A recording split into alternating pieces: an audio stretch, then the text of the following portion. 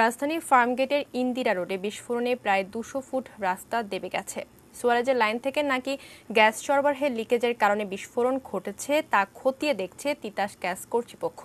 প্রত্যক্ষদর্শীরা জানান দুপুর 3টার দিকে বিকট শব্দ শুনতে পান তারা।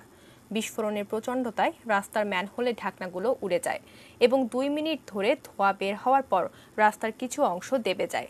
তবে রাস্তায় পথচারী ও যানবাহনের চাপ না থাকায় কেউ হতাহত হয়নি।